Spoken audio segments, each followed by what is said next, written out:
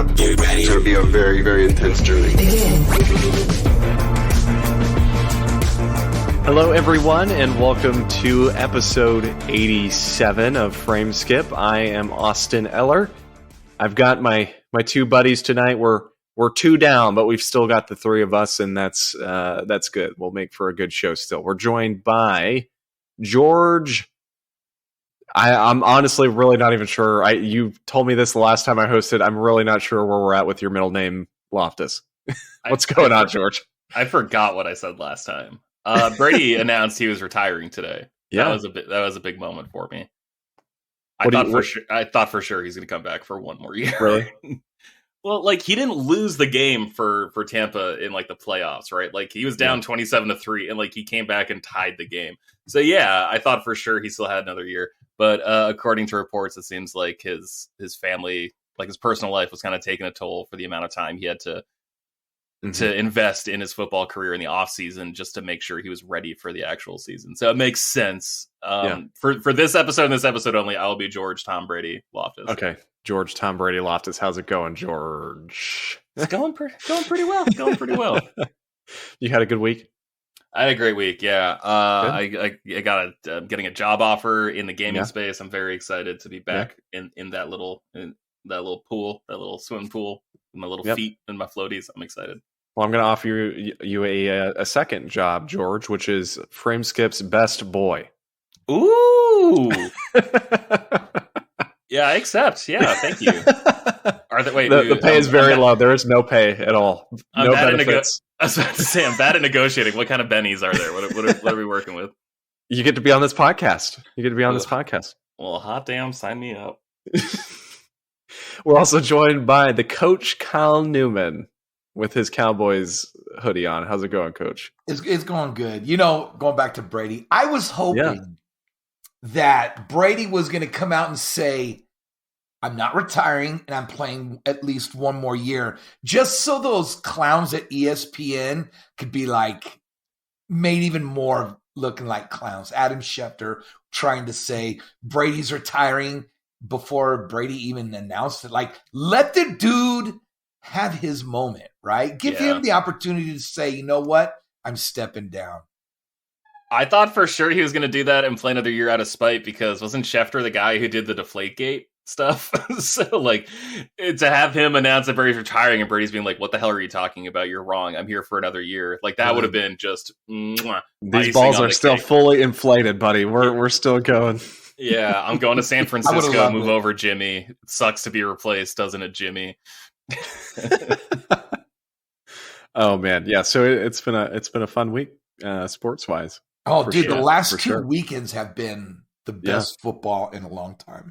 It's probably the best of football is going to be for a while, because there was a new lawsuit announced today by Brian Flores, which I think is going to blow up the Giants. I am so curious to see what happens with that. Well, you know what? This podcast is not about football, so let's talk about some video games, boys. Wait, how are you doing, dude? Oh, I'm doing fine. You know, I'm just working and existing, walking the earth as one does. Okay. And I mean, it's been busy. We're kind of short staffed at work at the moment, so it's been a little tough around the office the past month or so, but it's all right. I've been holding in there. That's pretty cool, man. You know who else walks the earth? Jesus. Tom Brady. The Incredible Hulk. The Incredible Hulk also walks around the earth. Really? Yeah. Well, he could jump around the earth. He could accelerate. He's walked multiple earths. Yeah. Yeah, but he does a lot of walking, I assume. I wanted to start off this week. You know, we normally do our games we've been playing, but you guys have both been playing a huge new release that I actually have not been playing. As far as I know, I'm like one of the few people who, to go back to 5 seconds ago, who walk the earth that have not been playing this game. And that is Pokemon Legends Arceus, not Arceus. Is it Arceus, really? Yeah, it's Arceus, yeah. Okay. George, you say it however you want to, dude. But yeah, you can say it however you want. However it rolls off the tongue. Boy. Yes, yeah. So I wanted to kind of hear your guys' thoughts. I know Elijah has also been playing it, and he actually sent in a little quote for me to read, his brief little opinions on the game, and I'll kind of read that, and then we can jump into you guys' thoughts. But he basically just said, this is exactly what he said. He said, after about 10 hours with Pokemon Legends, I can safely say it's the most fun I've had with Pokemon in a decade. The catching mechanics are great, seamless battle transitions incredible, and I'm really enjoying the boss battles that you as a character have. This is such a refreshing take on the Pokemon formula. And then he said he'll have more to say next week after he's put more time in. I mean, you guys agree with him? And what do you guys think about the game so far? Yeah, it's pretty good. It's a pretty fine video game. Okay, so like I'm sensing some like controversy here. This is like behind the scenes on our Slack this weekend. Man, I was like kind of like hammering it into this game, and Elijah, like of all people, I did not see this coming. He was like staunchly defending it, and like he just like sent that quote to Austin. He's a really big fan. I like so much about this game. I genuinely like playing it most of the time, but man, like it just looks like butt. Like I think it's like such an ugly game, and I understand like, oh, it's on Switch hardware. Like people don't go to Switch because they want high-end graphics. I'm like, yeah, no, I get that, but also like, I don't know, they might have outkicked their coverage on this one because like I just don't understand how you can like release a game in 2022 with like textures that look that bad, with character models that look that bad, with like just really like boring animations, and like the first hour of the game, first 2 hours of the game is like maybe the most boring hour of any game I've ever played in my entire life. Like it is like such a bad intro, and it really made me reevaluate my stance on like we as gamers just focus so much on the endings of games. Like, oh man, Deathloop was pretty good, but like it really fell apart. But like, man, the intro to Deathloop was like top tier. Like a good game intro to get you hooked, I think, is severely underrated. And Pokemon Arceus is just it's the most boring first intro to a game like I can remember. You know what game has the best intro? Rogue Squadron, that just lets you play, baby. Beggars Canyon. No. Twilight Princess. Hello. Oh God. Andie is literally playing that in the background right now, and for some reason, look, I adore that game, but that the first hour of Twilight Princess first 2 hours dreadful. Yeah. Yes. Just absolutely dreadful. And like you didn't like herding goats or whatever the hell you were doing? No. And I didn't like going and finding the damn cat or whatever it is you have to do with the fish, and it's like, oh, no. Anyway. I mean, Coach, what do you think? I think you're a little more positive than George. Well, here's the thing. I had the biggest squirrel moment, right? Where I have about 90 minutes in, right? And then I just jumped headfirst into Breath of the Wild again. So I'm just like, I'm feeling like a dirt bag because I just spent, $60 on this game. But I know at some point I'm eventually going to play it. But anyways, I made a comment in our conversation that we had with Elijah and about the game. And I said, yeah, the intervention. Yeah. Right. I said, it's sad when Tales of Symphonia on the GameCube looks better than this game. Right. And here's the thing. I will say this. I'm late to the party on Pokemon. I am really late. So I'm like the 10th hour kind of guy. But my first game that I really beat was Let's Go Eevee. And I was shocked with the art style of Sword and Shield. I don't understand why they went backwards, right? Like, I don't understand that by Game Freak. And you can't, I guess people that support them say, well, they're handheld and this is what they're used to, which I don't know about that one. But yeah, Eevee, Let's Go Eevee and Pikachu, those look good. Those look clean. That was like they're really pretty games. That was like Luigi's Mansion 3 type of clean, like just really solid. And why they went away from that, I don't know. I honestly don't know. So, but I know this is a game that I could really get into because there's a lot of exploring. There's a lot of, I like the fact of what you can do with each Pokemon and as far as the research aspect. And I look at this, I'm like, okay, if I really get into this game, when I do, that's going to help me go back and play the others because I'll understand more about the different elements and the move sets and all that stuff. So I see where Elijah was coming from with the gameplay he enjoyed, but I mean, I'm not to the extent with George that it looks like butt, but it looks close to butt, you know, like it's not even a pretty butt. Yeah, it was butt just adjacent. I mean, I guess this is my question then, and Coach, you'll have a good comparison because you're playing it right now. But how does it look compared to Breath of the Wild? I'm just curious because that game obviously has gotten a lot of comparison with Legends Arceus, with it kind of being I'm not exactly sure if it's open world, but it's got a similar art style and does look relatively similar. So, I mean, does Breath of the Wild look better, or are they about the same? Or you know, they're very similar. You know, it's similar, but there's just something about Breath of the Wild, right? That Nintendo has been going towards that. I mean, remember when we had when they shook the world before the internet, right? It was Wind Waker, right? With the cell shading, right?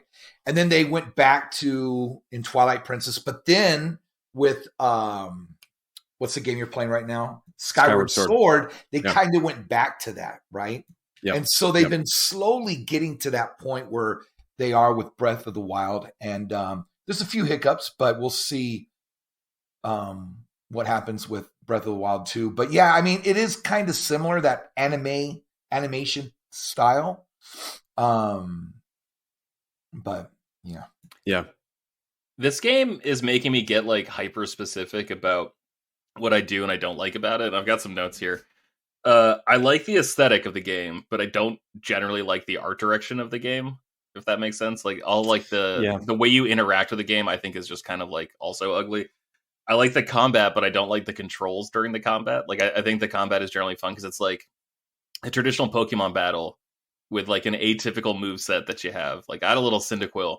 He didn't know Tackle. He didn't know Ember. He knew Quick Attack. And I'm like, what? There's no Growl. There's no Leer. Like there's no like defensive or like offensive buff move. Like that's interesting. But like it's a little complicated because you have to like fight Pokemon while like moving around and doing like active time stuff as the trainer. I like the scope of the game. Like it's like a huge, like super ambitious in story. But I hate the pace of the game. Like the way they dole it out to you, I think is so slow. I like the physical size of the game, but like, you know, it's supposed to be like this giant open world, but like it's still like really segmented into like different areas. Like I genuinely think it's like fascinating, like how divisive this single game has like made me about like individual components of it. I'm gonna keep playing it. I'm really enjoying my time with it, but man, there's like a lot of problems, and I'm like really glad that they did it with Arceus first, so that when Pokemon Legends Lugia comes out, oh man, it's gonna be great. Or a little Zapdos will be action, little Pokemon Legends Entei. You know, I guess my question, I mean, do you guys think this is what they'll continue with? I know this is, I guess, what Game Freak has been working on since Sword and Shield, I'm assuming. Do you think they'll kind of continue with this different like type of game, or will they kind of bounce back to the more traditional stuff? I don't know. They've got like 3 different continuities, right? Like they've got like whatever the next main Pokemon is. Mm-hmm. They've got the Let's Go series, which like I have to assume they're also going to be doing like a Silver and Gold remake in that style. Like that would be pretty sick. But then when they remade Diamond and Pearl, they didn't. So like I don't know what that means for that style, which stinks because I really like that type of game. I don't know. Like I can totally see this being the future of Pokemon, like in addition to like the main traditional games. But also like I remember thinking XD Gale of Darkness was really cool on GameCube, you know, like I don't know. Like they seem like they're really eager to experiment in different styles, but also pretty okay with just like jumping off that whenever they want and just going back to doing their own thing, like going back to the traditional well. Yeah. I'm honestly kind of at a point where I'm like, I'm not convinced that we're ever going to see more of Let's Go. Like I kind of feel like we're not going to get any more of that. And only because I feel like they were kind of riding the Pokemon Go wave with that. And I know there's still that community out there, but I think it's really kind of fallen off a cliff the past couple of years throughout the pandemic.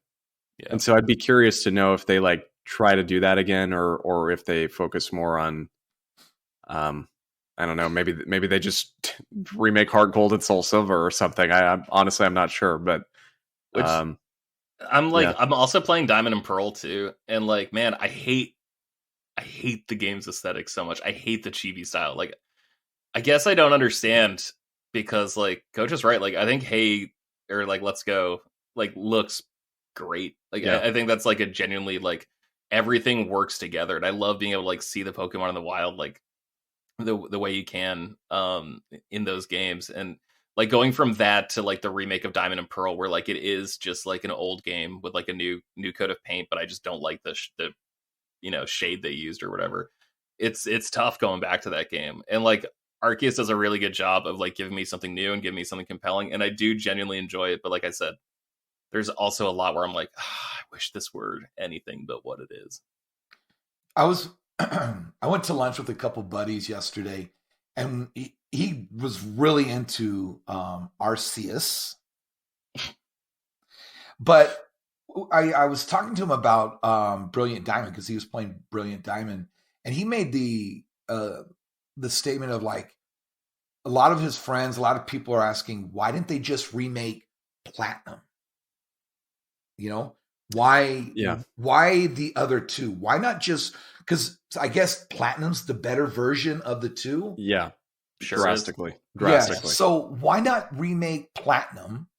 Like, they got to stop doing, now that we have DLC, they need to stop. Well, I'm not one to tell people what to do, right? But it would seem to me that do the better one. Well, I don't tell students what to do. I'm not. Do your homework. Learn. That's that. Yeah, I know. Hey, you learn.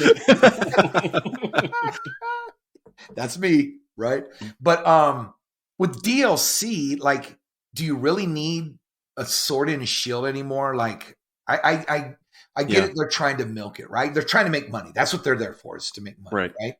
But that, I think that's a good question. Why didn't Game Freak remake Platinum? Which I think people pretty much feel that that's the better version of Diamond and Pearl. I mean, just to hit that point for a second, I know that game's been out for a few months, but it's fascinating. And this is why I just didn't buy them as much as, I mean, Gen 4 was pretty much the first gen I played. I didn't ever actually surprisingly play Gen 1, 2, or 3 as a kid. And so Gen 4 was like kind of my introduction to Pokemon. And that's why I like just completely adore. I think Pearl was the first one I got, and then Platinum just took over my life for like a couple of years. But the thing that really bothered me with those remakes, and hopefully we'll see this kind of change in the future, is that when we got Heart Gold and Soul Silver, and then eventually on 3DS we got Omega Ruby and Alpha Sapphire. Yeah, they were still two separate games. You know, it was still Heart Gold, Soul Silver. Yeah.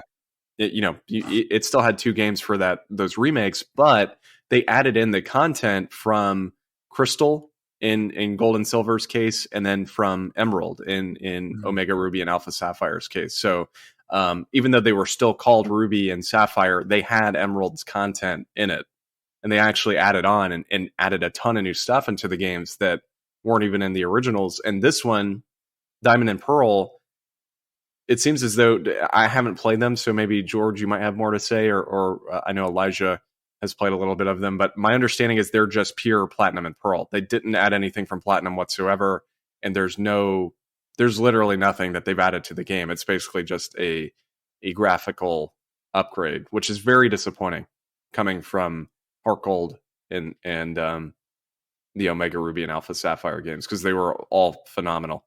Yeah, but not disappointing from Nintendo, right? Like, that's kind of been their MO on Switch, right? Like, you look at like the Mario All-Stars pack, and it's like, they're like, Mario 64 DS isn't like the way I want to play that game, but like I want to play that game, you know, like, well, just like having the option to like play like this crazy version of the game that has Wario, that has Yoshi, that has like all this stuff in it that wasn't present in the original game.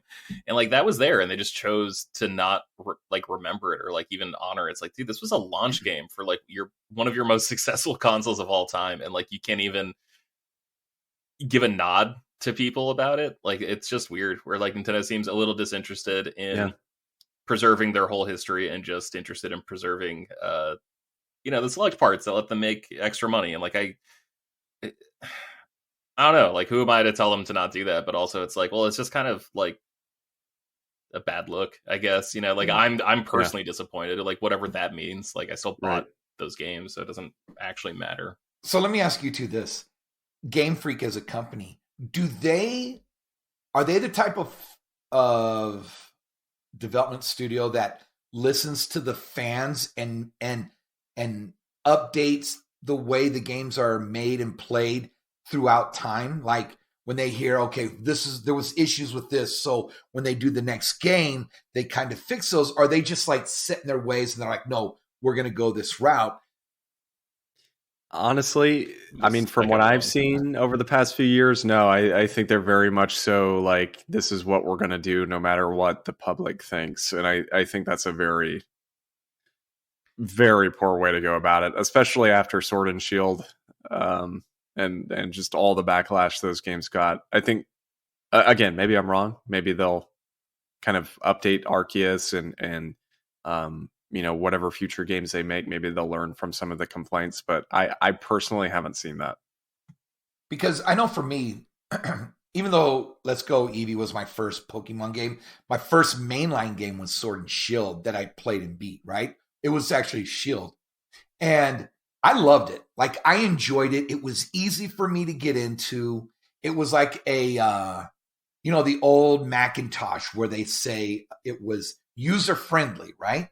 That game was user-friendly for me because it's like a whole new science and way of things it's a whole new world, right? So I'm just trying to learn, like, I mean, what can this plant Pokemon be? Like trying to see who can beat who, right? So with Sword and Shield, I was fine. And I guess I feel like what Elijah feels about Arceus is that the graphics didn't bother me, but I could see how longtime fans of the series, they're like, yo, what's going on here? Like that one scene where, and this was on Twitter, where it was one of the legendaries at the end where it just turns. Yeah, it's like turning and the legs aren't moving and it's just like rotating and then it walks away. Yeah. Like tank controls from Resident Evil or something like that. Yeah. So I'm like, come on, man, we're like in the 2020s now. I mean, it's time to like push yourself, like do things that are special, right? So I just going back to that, will they change? I really hope that Nintendo, that they're figuring out the frame drops, the frame skips in Breath of the Wild 2 that we got in Breath of the Wild 1 with the grass, the wet grass with the sun, things like that. I hope that they're able to fix that because the system really didn't get any better since 2017, right? Yeah. A little bit better battery, but at least Game Freak, it seems like maybe they kind of figured that out. I don't know if the frame rate is bad in the full game, to be honest with you, but I just remember seeing that very first trailer for Arceus and it looked like a slideshow. I mean, the frame rate looked bad. And from what I've seen, at least, it seems like they kind of figured that out in development. So that's a good sign for this game, at least. So, yeah, Coach, to your point, like this is something Seth and I have talked about on the podcast before. I think it was on an episode where it was just the two of us, but like, man, on Game Boy, like there was very few games that were as like impressive as Pokemon Blue, Pokemon Red, Pokemon Yellow. Like those games were huge. They managed to fit so much into it. And then like Silver and Gold come out and then Emerald on Color. And those just completely blow like Red and Blue out of the water. Like those guys used to like define what was possible with a console, like with Game Boy and Game Boy Color. And then with Game Boy Advance, it was still like incredibly impressive what they were able to accomplish. And then honestly, ever since DS, like I think they just kind of like started settling, and then like Black and White, I think looks like butt also.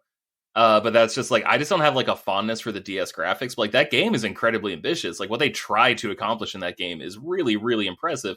I just don't think it looks good, which is probably like, that's like an art direction thing. That's not like a failed accomplishment thing. You know, like that's just like, oh, it's not vibing with me. But like, man, they used to just like swing for the fences with every release. And now like it's got the Pokemon sticker on it. It's probably going to do all right. Right. So you just got to ask yourself, should games have Jaggies in 2022? No Jaggies. No, the answer is Yeah. no. The answer is no. All right. The answer is no. Yeah. One final thing before we move on. The way like Pokemon was my gateway drug to RPGs. Like it was like baby's first RPG for me. And it was so good and so like enjoyable to play where I like had a hard time playing other JRPGs, like in particular because of Pokemon. You know, like I kind of took me a while to get into Final Fantasy and I'm still slowly like getting more comfortable with that, which is really funny because like now it's becoming more of like an action game. So I might have missed the boat on like traditional JRPGs. But I wonder if this is going to be like baby's first like Monster Hunter game, right? Not that it's Coach. like is it not, going to be not Coach? that it's not that Wait, it's like which a Monster one-to-one. Hunter? Monster Hunter Stories, right? Isn't that what Monster Hunter Stories is similar to? I haven't played Monster Hunter Stories, so I'm not sure. And like obviously it's not like a one-to-one comparison, right, between Monster Hunter and Arceus. But like it's definitely a step closer to Monster Hunter, like to my understanding. I played a bunch of like Monster Hunter Tri on Wii. That was like my game. And it's got like a lot more in common with like that sort of philosophy than like traditional Pokemon games. Like I wonder like if this is like the stepping stone, and if it is, like I wonder how pissed Capcom's going to be, you know, or if they're going to be grateful that there's like you know, like an elementary version of their game to like, oh, and when you're done with this baby nonsense, you can start playing like the real games called Monster Hunter. Or if they're like, dude, what are you doing? Like you're taking our thing and you're making it like Pokemon skin. No one's going to give a crap about our stuff now. So I think that's going to be really interesting down the road. George, I do got to ask you, you said you bought Monster Hunter Tri on the Wii. Do you still have the controller? Because remember it came with the controller. I bought it used from from GameSpot. Yeah, I still have that controller, man. That is like when you play the virtual console games, the D-pad on that controller, the classic controller. Oh no, I still have the classic, like the one with the handles too. Yes. Like I like that one so much more than like the Super Nintendo stuff. Oh, definitely by far, man. Wait, was that made for Monster Hunter Tri? I think so. It came out. Say that was it came out. I want to say that was the first one. Yeah. Okay. Well, I still have that controller. It's down in my basement. I need to, as soon as like it's spring and it's not 50 degrees in my basement, I'm so excited to like actually go to town down there. I'm going to set up a gaming room, a little comic room. It's going to be the same room. Spoilers. When you christen it in, you got to let us know. We'll fly out there and. Oh yeah, absolutely. We'll be there. Read a few words. I will. Austin, it might be the same weekend as your wedding, so like make some choices as to where you really want to be. Well, we were going to go to Maui the next day, but I can cancel that flight. We could come to Maine instead. Yeah, Andy will understand. I mean, Maui, Maine, a lot of the same letters. Yeah, right. Flip the U. That's an N. Yeah, it makes sense.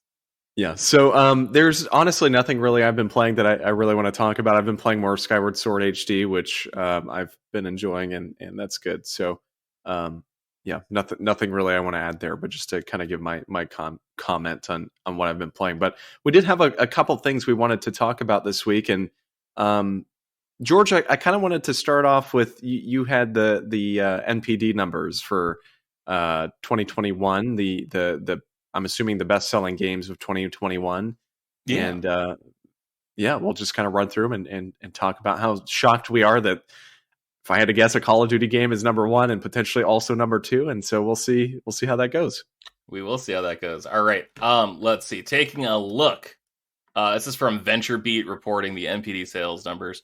Let's see. Number 20, Forza Horizon 5. Wow.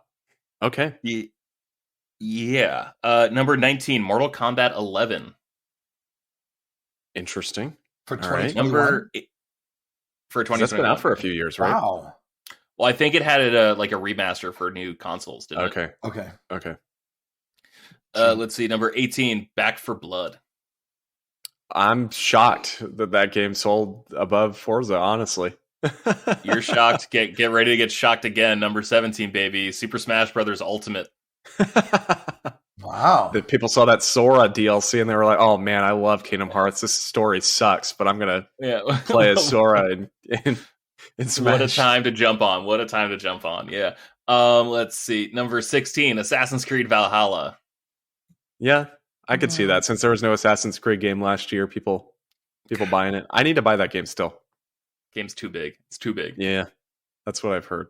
They have 15. changed that. Oh, sorry. Go ahead. Oh, no, please. I was going to say they have changed that series drastically, and I don't know if it's for the better or not. I thought it was. Like, I genuinely love... I think Origins is still my favorite. Like, I just love seeing how, like, the Brotherhood started. Odyssey is, like, a perfect video game. Like, they announced, like, that Wonder Woman game at the Game Awards. Like, well, screw you, we already got one. It's called Assassin's Creed Odyssey. That game's magnificent. That game is huge. It took me, like, 150 hours, but I 100%ed it. Got all the trophies and stuff. Like, it was great. But, man, then I got Valhalla, like, 2 years later, and I'm like, I'm still a little hungover from Odyssey, so I need to wait a little bit. That game's enormous, but like walking through the snow and stuff is really cool because like the snow sinks. It's nice. Good touch. That is nice. That is nice. Number 15, NBA 2K22. Yeah, I'm actually like kind of disappointed with the 2K games recently. Yep. I grabbed 20, I think, like at the beginning of the pandemic. That's like, oh yeah, we're only going to be shut down for 3 weeks. Yeah, I could spend 3 weeks getting into a new game. And man, that game just like makes you spend so much money. It's ridiculous. It's horrible. Yeah. That's why I got out of it. Yeah, good call. I've been playing like NBA 2K, like the original 2K on Dreamcast. That one's great. That one's awesome. The 2K series just in general. Number 14, Animal Crossing New Horizons. Wow, that's nice. Still a good pandemic game. We're still in the pandemic, and it's still a good game to have. Sure is. Number 13, Minecraft. Honestly, lower than I thought it would be.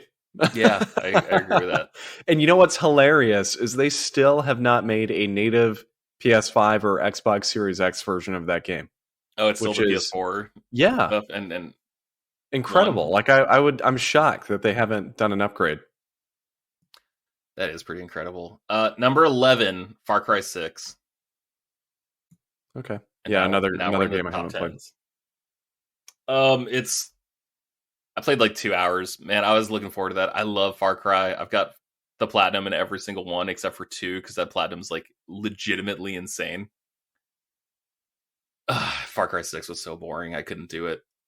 Yeah, I love 3 and 4, and I have the platinums in those. But after 4, I kind of fell off. And I tried to get into 5 a few months ago, and it just didn't really grab me. So I was excited for 6, and then I never bought it. But maybe one day when it's like $10. 5 was awesome, man. It's like Heaven's Gate, Waco, just dealing with like these crazed religious fundamentalists. It was awesome. That game was so good. I got the platinums in 3, 4, 5. I got it in Primal. I got it in New Dawn. I'm super pissed that like they're remaking Blood Dragon as part of the DLC for 6, but like there's no platinum trophy. That is like such a mistake. Sucks. That is such a mistake. Yeah. God, Sony, buy Ubisoft and fix them. Let's see, number 10, Super Mario 3D World for Switch. Okay. Wow. Yeah, I guess that was last year. I forgot about that. Number 9, this one, it says should be higher because digital Xbox sales are not included. But MLB The Show 21. Wow. Round of applause. Man. Beat out 2K, beat out FIFA.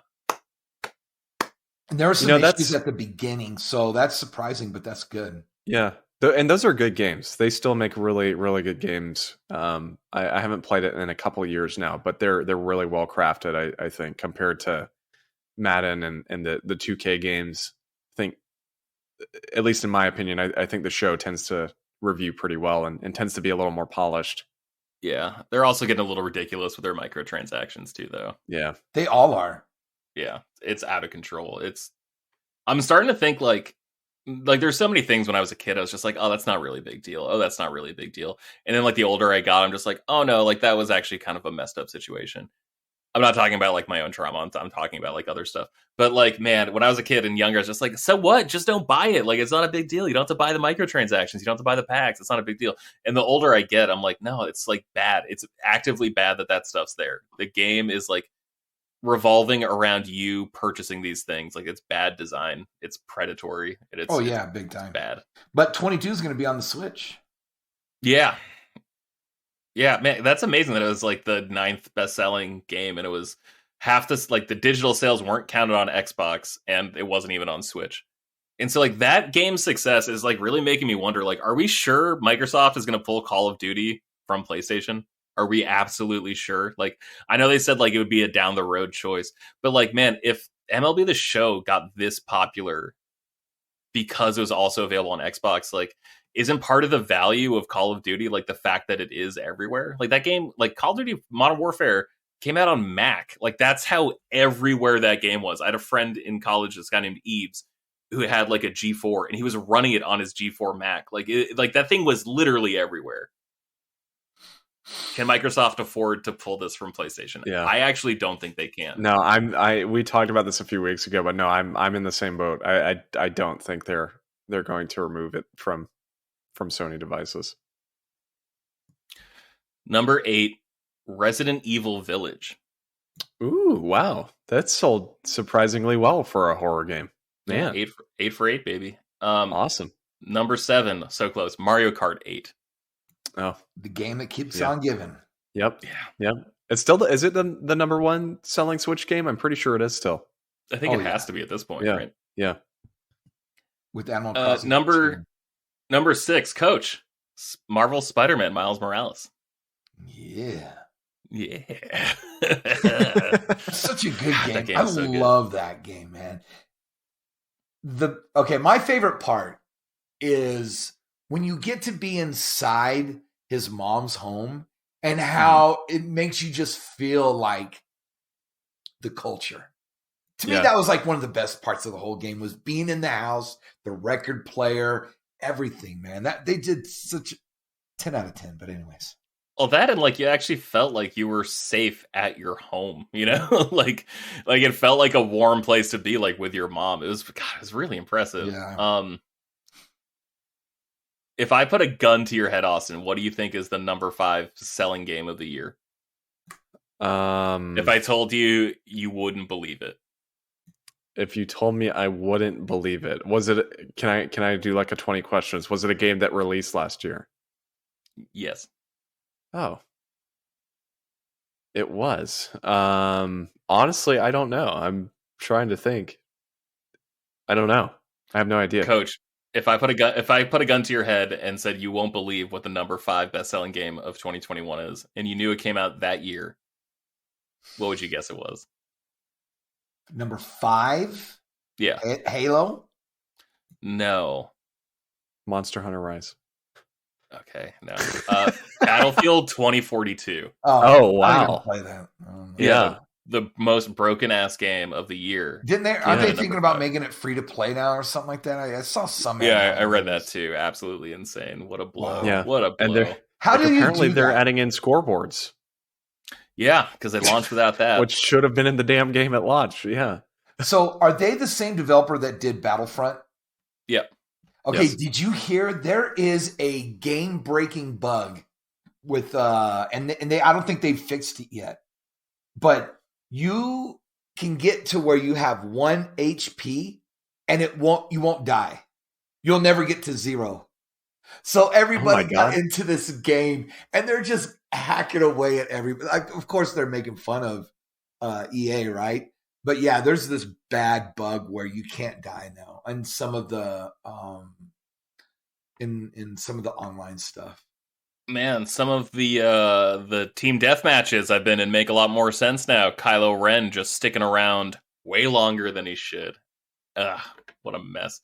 I still love that game though, and I'm really sad we're not going to get a Battlefront 3. Apparently that game series is just cursed. You can only get 2 forever in perpetuity.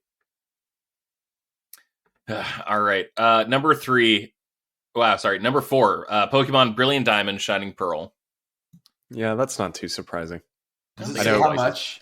How many copies? Or it does not. No. Okay.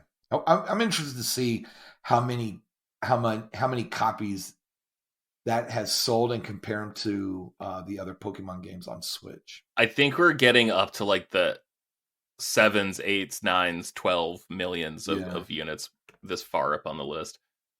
Number 3, Madden NFL 22. And all kids. Austin, you little shot caller with 2 and 1. Number 2, Call of Duty Black Ops Cold War. Yep. Number 1, Call of Duty Vanguard. You know what's shocking to me about this list? Grand Theft Auto 5 is not on it. Yeah, that is shocking. Yeah. Because isn't it typically on it like every single year? Or am I just mistaken? No, I believe you're right. Yeah, it usually is. And it's super weird because they've been giving away $1 million a year for GTA, or $1 million a month for GTA Online on PlayStation Plus at the very least. No, that's shocking. I'm not surprised at all about Call of Duty, though. I think that's just not a surprise at all. I do want to play Vanguard at some point. It looks good. It looks like a really, really good game. And I know, Coach, you had said, I think, didn't you pick it up, Coach, and you played some of the campaign? It's really good. And George, I know you had similar comments. So that's a game I need to get at some point. I loved it. I think the multiplayer was really fun around Christmas. It seems like a lot of people are jumping off. I forget which game. Oh, Fabio was telling me last night that like people are way more drawn to Hell Let Loose, which is like there was the PlayStation Plus game a couple months, like 2 months ago, maybe. Is it a shooter? And yeah, it is a first-person shooter, and it's like a team-based shooter. But there's like one person who's like the general who like isn't shooting, but like overlooking, almost like a project manager for like the entire team, like dropping supplies into certain like little platoons or whatever into squads. And like directing people, telling them where to go, saying like where the enemy force is and stuff, which like actually sounds kind of cool to like actually have someone in charge. And Fabio says like the multiplayer is great. He says like everyone like is like using a headset, everyone's like playing the objective. Like it actually sounds like a idyllic, first person shooter experience. Yeah, I miss those days. I really miss those days of you would always get those kids online that would shout expletives and racist remarks that they shouldn't have been saying. But I miss the days of like hopping on Battlefield 3 on PS3 and like actually getting a squad full of random people who all had mics and were like actually serious about playing the game and just talking to them and not worrying about a child screaming at you or some idiot. Yeah. keeping those obscenities to themselves. You'd think with like PlayStation 5, yeah, we're on 5. Yeah, that's what it's called. Wow. Yeah, we're there. With like the mic built into like the controller, like you'd think, but man, yeah, it's insane that it hasn't gotten any better. Yeah. So, well, there we go. I did want to hit another topic. This was a big thing that was happened this week. It comes kind of on the heels of Microsoft buying Activision Blizzard a couple weeks ago, and that is that Sony has bought Bungie for $3.6 billion. Wanted to kind of plow into this with a comment from Alden. He's a good fellow listener of ours, and he sent us something on Twitter basically commenting on the acquisition, and I wanted to read this off. He said, "I'd like to say that Sony's acquisition of Bungie is exactly what the Sacred Symbols crew," that's another podcast, "has been harping on for several weeks now. If Microsoft continues to back Sony into a corner with their buying habits, this acquisition will not be the last Sony makes by a long shot." And then this kind of comes on the heels, too, of a comment from Jeff Keighley saying, I want to say this was earlier today, he tweeted this out, something about how, from his understanding, there are several other gaming acquisitions in their final phases that we should be seeing this year. And so that doesn't necessarily mean Sony is buying people, but there could be some other ones in the works. And so just kind of wanted to throw that out there. But yeah, I mean, Sony announced this on Monday, kind of a crazy thing to wake up to. But honestly, I wasn't too shocked by this. I think it's amazing. I think it's fascinating to think about the fact that they started off as their bigger hits, at least were the first 3 Halo titles, and then now they're a Sony developer. But I honestly wasn't too surprised. I think they've had a pretty good relationship with Sony with Destiny, and so I don't think it's honestly too big of a shock. But I do think it fills a hole for Sony because they don't have a shooter at the moment, and I think this kind of fills that hole. I think this will be a great space for them. Yeah, but how does it fill a hole? Like they're going to remain multi-platform. That's true. That's true. They're gonna Bungie's gonna like they're an independent studio just owned by Sony. I think was like the wording I heard. Like they get to publish to every platform they want. That includes Xbox. That includes PlayStation. That it might even include Switch down the road. And like if this is like all part of something for Spartacus or like their rumored Game Pass competitor, like that's one thing. But I don't know. I think it's great. I'm glad that like Bungie's secure. I really like them. I think no one's made like a game that feels better to pull a headshot off in than Destiny. And you're totally right that like there's no more Killzone, there's no more Resistance, there's no more. Was there another shooter on PS3 that I can't remember? Starhawk. That was third person. But like there's like like those games aren't being made right now. So like I guess this does technically count. It's kind of like hold on, George. I have to stop us there. How did we forget MAG? Okay, MAG, of course, yeah. God, we're the actual worst. But this feels like, remember when Disney acquired Star Wars and it's just like, oh, my favorite Disney princess is Princess Leia. I'm like, yeah, but I mean, no. Like it feels kind of like that. Just saying like, oh, my favorite Sony shooter is Destiny. It's like, shut up. That's not, that's you're being disingenuous.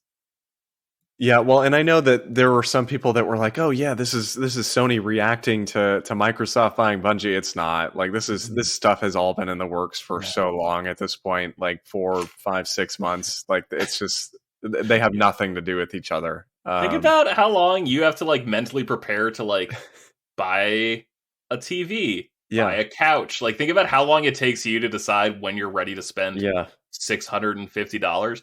And like you think they're just gonna throw out, was it 3.6 billion? Yep. Yeah, you think they're just gonna swing the bag at that? Like, come on, man. Of course this didn't happen. It's not reactionary at all. Yeah, Sony execs last week didn't say, oh man, what are we gonna do? Hey, let's go buy Bungie. Okay. Call him up on the phone. Hey bro, hey, we want to buy Bungie. You. We're gonna buy you. Mr. Bungie. Been a little crazy news last week, right? So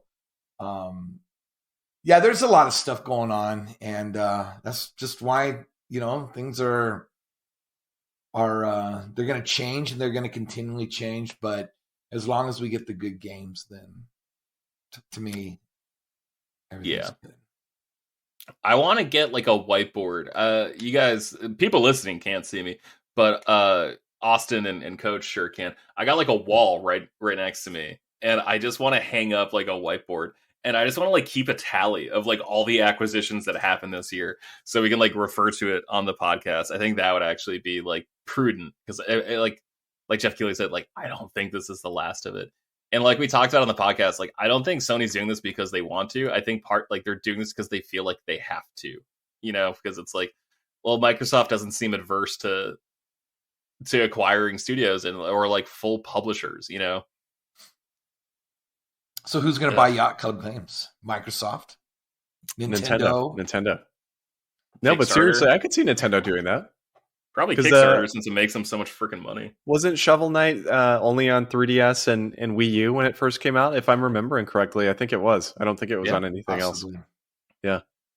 So I don't think they would actually do that, but maybe they'll just go on Kickstarter and we'll log on and it'll say $300,000 donated by Nintendo.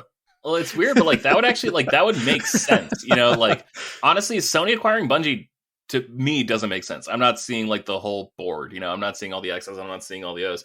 But like Microsoft acquiring Activision Blizzard doesn't really make sense to me either, unless like they did it just for like PC Game Pass. Then I can like I guess kind of understand it. But like I don't know, between those two and then like Nintendo acquiring Yacht Club Games, we're not reporting that because we're 3 dudes. My sources are telling me. Yeah, okay, but like that at least like makes sense, right? Like doesn't that studio just have like big ass Nintendo vibes to begin with? Like that that feels right. That passes the smell test.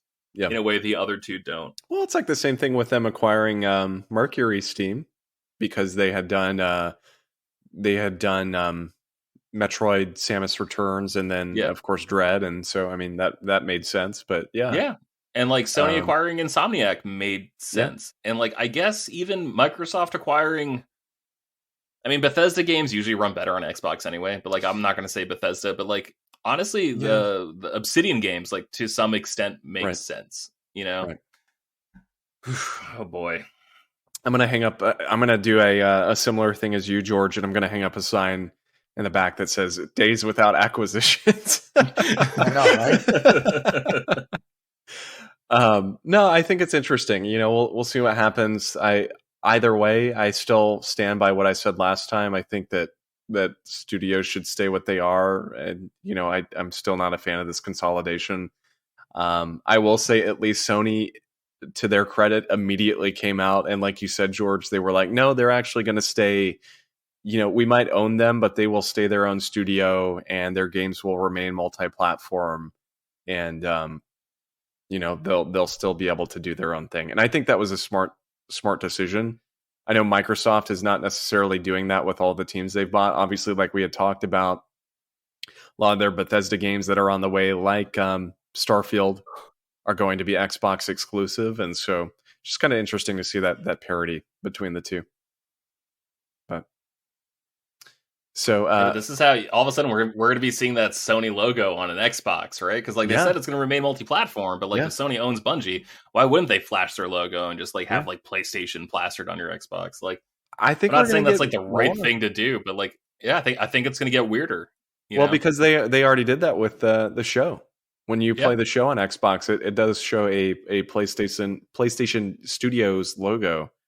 And then on that same note, with Minecraft Dungeons, which is on PlayStation, PlayStation devices, when you boot it up, it says Xbox Game Studios, even on PS4 and PS5, which is just crazy. It's like you would never, 20 years ago, you would tell me, like, if somebody could go back in time and tell me, oh yeah, you're going to see an Xbox logo on your PlayStation 4 or 5 game, I wouldn't believe you. I mean, that's like nuts. That's absolutely nuts. So I'm curious to see where this goes. Man, there was like a story that came out, I think last year, and I'm sure it's like one of those, like a meme or like a tweet or something gets like recreated like every 6 months, and it's like, you're telling me a shrimp fried this rice, and it's just like, whose turn is it this time? But like there's a story I read last year where like DC Comics and Marvel almost swapped characters. Like they almost did a trade with She-Hulk for Martian Manhunter. If you guys know who those two characters are. But like that's just so funny to me that it was just like a 1-for-1, like, okay, we'll let you have She-Hulk and then we'll take Martian Manhunter. And so like that does like sort of beg the question. It's like, all right, we'll let you have MLB The Show on PlayStation, on Xbox, but in return we have to have Gears of War on PlayStation. It's never going to happen because like that was a mandate from MLB to have the show on Xbox, But man, it's exciting to think about. And that's probably a podcast that you're going to hear in the next couple of weeks, is like us actually trying to trade. But like, I want to do this like for real. Like I want to do like, like we'll take Pokemon on PlayStation and we'll give you Jack and Daxter and a future 3rd round pick, like, so like you can actually like just like decide like which like small platformer you want to go through. I think that'd be a super fun podcast. Put Ape Escape on Switch. That's all I know. That's all you know. All yeah. Well, I mean, honestly, if Sony's not going to do anything with it, freaking someone might. Yeah. That's true. Speaking of Gears of War, you dropped that. Have you guys seen Gears of War Tactics? Have you seen like actual gameplay footage? Honestly, no. I did not pay attention to that game at all. Crap, dude. I'm telling you right now. Do yourself a favor some point tonight or tomorrow is just go on there and look at gameplay footage. Don't look at the trailer, because trailer, they have the, the cinematic, whatever. Look at the gameplay. Yeah. I was blown away. I know we're taking a left turn on the conversation. I'm sorry. But George, you threw down Gears of War and it just popped, because it was just like this weekend I was just messing around looking and I'm like, oh, good God, this is some of the best stuff that I've seen, and it's like XCOM. Yeah. But in Gears world, and it just looks, I'm just blown away. It is a jaw dropper for me. No, I love this left turn. I think it's fantastic, because I had actually been thinking about playing this game at some point. Because my understanding is I think it got a pretty extensive Series X upgrade. and I think it looks like really, really good on Series X, from my understanding. And I've heard the game itself is good. I've heard it's really good. It just kind of got overlooked. So, and no, people that's saying a great point. When I watched about an hour of different videos of it, and they're saying that this is a better version of XCOM. They did things better, let's put it this way, than XCOM did. And I was like, okay, interesting. Wow. Yeah. Wow. So, I'll have to check it out. Just to throw it out It's there. on Game Pass. It is. George had to say Gears of War. Yeah. This is my fault. Really. Yes. I did want to end off because we had kind of touched on it earlier, but Yacht Club Games, the makers of Shovel Knight, they announced a new game today called Mina the Hollower, which looks kind of interesting. It kind of looks like I don't know, Coach, you might know a little more than me. I didn't look at it too much, but is it an RPG? I think it might be an RPG, but or is it more like Zelda? I think it's more like Zelda, okay. But it is fast. Yeah. And so in our little chat, I said, right. When Elijah threw out the link, I said, this looks like a really difficult top-down or 2D Legend of Zelda, right? So it looks fast. I mean, you're moving.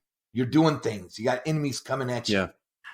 Yeah, and I am looking at stuff now, and it's certainly kind of a Zelda-style game. And so they announced this today, and I think kind of the most interesting thing is that they decided to return to Kickstarter for the title. Obviously, for those that don't remember, Shovel Knight started off as a Kickstarter game and was super successful. I think it's one of the few Kickstarter games that actually worked out pretty well at the end of the day.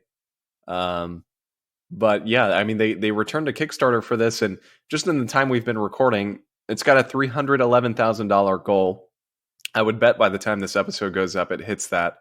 But right now it's at $211,000, and literally about 45 minutes ago when we started recording, it was at $177,000. So in the past 45 or so minutes, it's already gone up like $30,000, which is kind of nuts. Like 10%, right? Yeah. So it's getting there. It's only got about 100,000 left. But yeah, I just wanted to kind of bring that up and say I'm looking forward to it, only because I love Shovel Knight, but I have to say it's a little strange to me that they returned to Kickstarter with how successful Shovel Knight was, and I know they did some DLC for that game and a couple other games they released on the side. I think it's very weird that they decided to crowdfund their next game, but maybe they just didn't sell quite as well as I'm expecting. I don't know. So It seems weird because, like, how far... It's been a minute since, like, oh, check out this kick-ass new game that just launched on Kickstarter, right? Like, when was the last time you heard Kickstarter associated with a game? For me, I feel like it's been at least 2-3 years. What, probably, like, I don't even know the last one. Was it, like, Shenmue? Like, that's the last one I can think of, honestly. Aside also, from, that pissed me off. Don't have a showpiece in, like, a Sony E3 press conference and then go on Kickstarter. Yeah.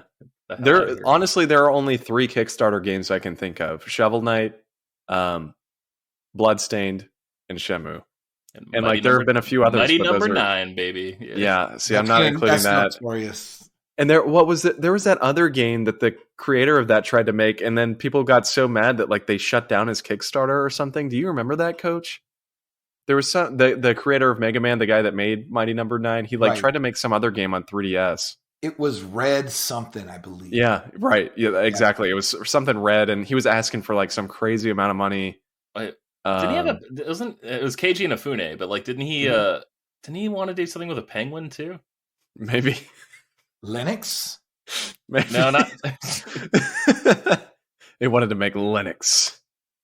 Honestly, I do not remember. I just remember he made some other Kickstarter, and there was so much backlash that it just went nowhere. Well, because they used the funds for Mighty Number 9 for this game. There was a lot of controversy with this. Yeah, that was a huge issue. I remember that. And has he done anything, or was he kind of like blacklisted? I think he released Mighty Number 9 and nobody really liked it, and then he just disappeared kind of. I haven't heard his name in years. Man. That was a disaster. Yeah. So, but no, George, you're right. I mean, I literally can't recall the last time Shenmue might be the last one that I remember launching on Kickstarter that people really talked about. I mean, I looked at the graphics today, right? I was really looking at it. And the color palette seems very similar to Game Boy Color type of games, right? I mean, you see like little cutscenes and they look good, right? Where what they can show, I guess. But I'm like, I don't know. It's not that I wasn't disappointed, but I'm not excited for it. I know other people are, right? But when I'm looking at this, I'm just like, really? I mean, like I don't know. I didn't feel good about the graphical art style, I guess I could say. Yeah. No, I get that. I mean, the thing is the Game Boy Color, not that it has a bad kind of like the games look pretty good on Game Boy Color, but I think it is kind of weird to go with that style. Honestly, I think it's a little strange that they didn't go with like the Super Nintendo, or even like a lot of people forget the Game Boy Advance was twice the power of Super Nintendo. So that's why if you put like Metroid, Super Metroid, and like Metroid Fusion, you could tell the difference because of the backgrounds, right? The backgrounds in Metroid Fusion have so much more detail because it's more processing power, and they were able to do that. More bits, right? More bytes. So I'm looking at this, I'm like, okay, well, let's just wait and see how it is in 3 years, Yeah. All right. Well, I mean, honestly, I think that kind of about does it. Is there anything else anyone would like to add? I got some stuff to plug, if that's cool. Yeah. Go for it. Do it, bro. All right. This week on Shortbox Summary, I am super excited. Like, one of my favorite comic book authors came on the podcast, let me pick his brain for just over an hour, and we got to talk about 4 of his most important series that he created or co-created at Marvel during his time there. Sean Mckeever, super cool guy, really nice, friendly. I can't believe he came on, and all it took was me sending him 35 emails over the course of a weekend. It was awesome. It was like genuinely insanely cool. That goes out. You'll be, by the time this podcast is out, you'll be able to hear it. And I think by the time this podcast comes out the week after, I'm actually going on a friend's podcast. Really, really nice guy on Twitter at FogiBear, FOGI_bear. He has a podcast all about Gundam and telling the story of the series, and he's doing it in chronological order, which is like a really big, tall ask. And he's writing all these scripts, he's pulling all these clips, and he's like walking people through each episode because it's kind of hard to access these episodes. And I am guessing on that we are talking about Mobile Suit Gundam, the 8th MS team, and I am just so excited. I love hanging out with this dude. Name's Jeff, super cool guy. So look up at FogiBear, Fogi_bear. And then also check out the show. It's called Operation Gundam History, and that can be found on Twitter at Gundam_history. That's amazing. That's really cool. Yeah. I love that idea. I went on with him for Gundam The Origin, like the 5-part miniseries that like was the prequel almost to like the original series. And that was super cool. And it was just us shooting the breeze for 2 hours talking about like these war crimes these people were committing in outer space. It was such a good time.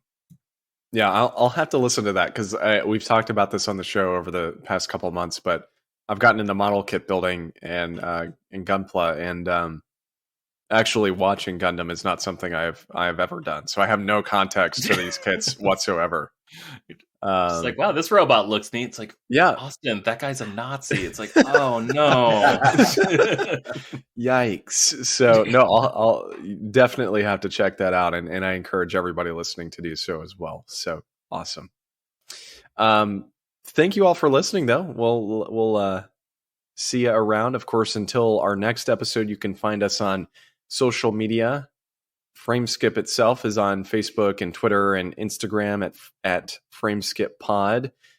You can also send us in some questions on those platforms, or you can find our question form at bit.ly/frameskipq. You can find us each individually on Twitter. I am at Austin J. Eller. George is at PurpleBird616. Coach is not on Twitter. Elijah is at Loco Lizard Man, and Seth is at Seth the 90s Kid. Don't follow best decade. Yeah. Also, Coach has something to plug too. Coach is going to have a new kick-ass video on his YouTube channel by the end of the month, right, Coach? Is that what I said? No, I'm just trying to light a fire under you. Oh, I want to see you talk about Mario by the end of January. The Paper Mario. Not by the end of January. It's already February. By the end of February, you got 4 weeks. Wait, what's the video, Coach? I don't even know what's happening. What? I don't know. I'm throwing him on the spot. I'm throwing him on the spot and telling him about all the stuff that he said he wanted to do. And I'm trying to light a fire, and I'm gonna help any way I can. I'll write some scripts. I'll be there to soundboard. I'll be a little wall to help you just bounce ideas off of. We're gonna do everything, Coach. It's gonna be amazing. You're gonna get a video out by the end of the month because I know how much you miss editing. It's gonna be great.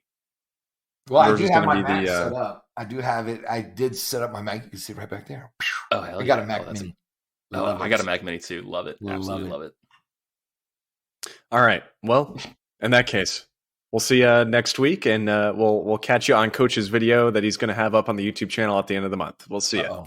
Adios. All right. Peace.